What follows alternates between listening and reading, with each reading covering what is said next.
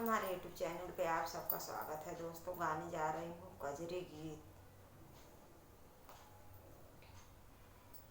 हर हर महादेव दोस्तों।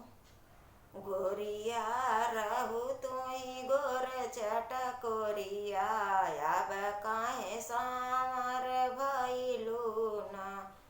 गोरिया रहू तुई गोर चटकोरिया, अब काहे सामर भइलू ना। नैहरे में रहली मम्मी के दुलारी, नैहर में रहली मम्मी के दुलारी। ससुरे में बोले सासू बोलिया ना, ससुरे में बोले सासू बोलिया ना। गोरिया रहू तुई गोर चटकोरिया, अब काहे सामर भइलू ना।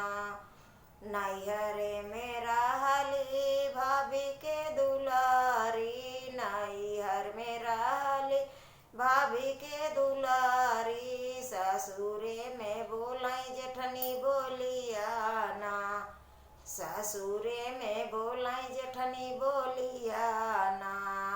गोरिया रहू गोर चटकोरिया, अब काहे सामर भइलू ना। गोरिया रहू तुही गोर चटकोरिया, अब काहे सामर भइलू ना। नैहरे में रहली दीदी के दुलारी, नैहर में रहली दीदी के दुलारी। ससुरे में बोलै ननदी बोलिया ना, ससुरे में बोलै ननदी बोलिया